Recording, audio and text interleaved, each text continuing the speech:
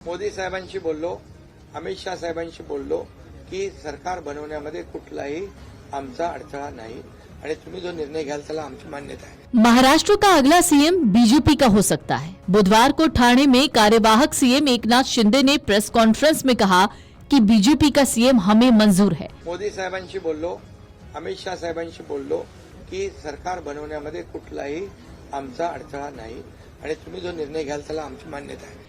मुझे पद की लालसा नहीं है। जब मैं मुख्यमंत्री था तब मोदी जी मेरे साथ खड़े रहे।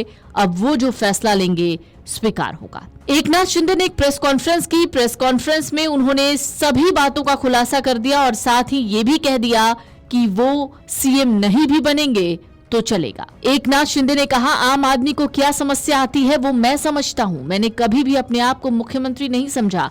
मैंने हमेशा आम आदमी बनकर काम किया है। लेकिन इन सब के बीच में अगर एकनाथ शिंदे सीएम नहीं बनते हैं, यानी एकनाथ शिंदे ने अपने आप को सीएम पद की रेस से बाहर कर दिया, तो उनके सामने अब क्या विकल्प हैं ये भी जान लीजिए। महाराष्ट्र में तमाम सियासी गुणागणित के बावजूद एकनाथ शिंदे को मुख्यमंत्री का पद नहीं मिलता है तो शिवसेना क्या करेगी। मुंबई से लेकर दिल्ली तक सियासी गलियारों में शिंदे सेना को लेकर अभी इसी बात की चर्चा सबसे ज्यादा है। महाराष्ट्र में एनडीए खेमे से जो फॉर्मूला अब तक सामने निकल कर आया, उसके मुताबिक बीजेपी अपने पास मुख्यमंत्री की कुर्सी रख सकती है और ऐसा ही कुछ इशारा एकनाथ शिंदे ने अपनी प्रेस कॉन्फ्रेंस में भी दिया है। बीजेपी अगर कोई फॉर्मूला तैयार करती है तो उसे लागू करना चाहती है, तो एकनाथ शिंदे के पास उसे न मानने का कोई विकल्प भी नहीं है। इसकी दो बड़ी वजह हैं। पहली वजह विधानसभा का नंबर और दूसरी वजह गठबंधन का स्पेस। महाराष्ट्र की 288 विधानसभा सीटों में से 132 पर बीजेपी को जीत मिली है। एनसीपी अजित को 41 सीटों पर जीत मिली। इसी तरह शिंदे सेना को 57 सीटों पर जीत मिली है। महाराष्ट्र का जादुई नंबर 145 है। बीजेपी खुद की बदौलत सरकार बनाने के जादुई नंबर से सिर्फ 13 कदम दूर है।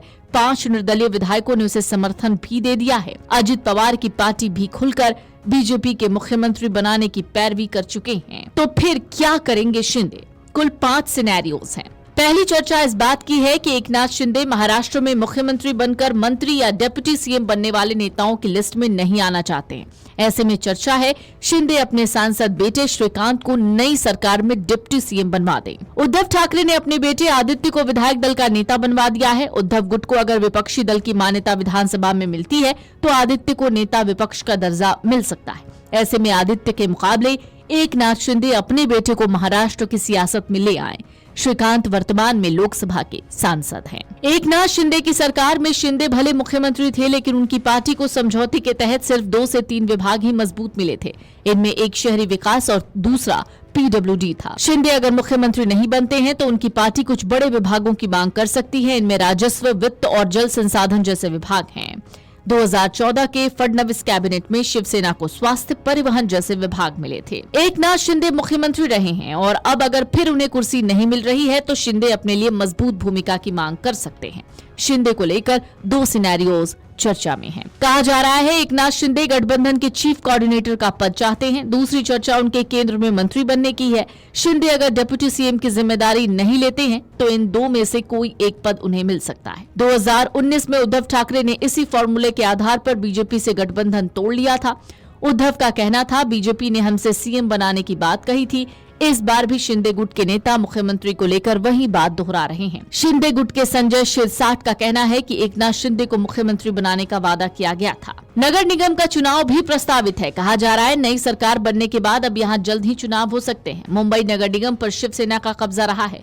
लोकसभा में उद्धव से 19 साबित हुए एकनाथ शिंदे ने विधानसभा चुनाव में बदला ले लिया है। दोनों की नजर मुंबई नगर निगम के चुनाव पर है। शिंदे अगर मुख्यमंत्री की कुर्सी छोड़ देते हैं तो यहां के लिए बड़ा नेगोशिएशन करने की कोशिश करेंगे।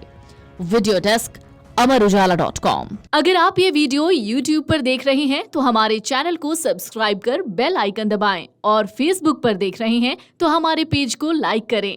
8 मिलियन प्लस सब्सक्राइबर, आपके इस भरोसे के लिए बहुत धन्यवाद।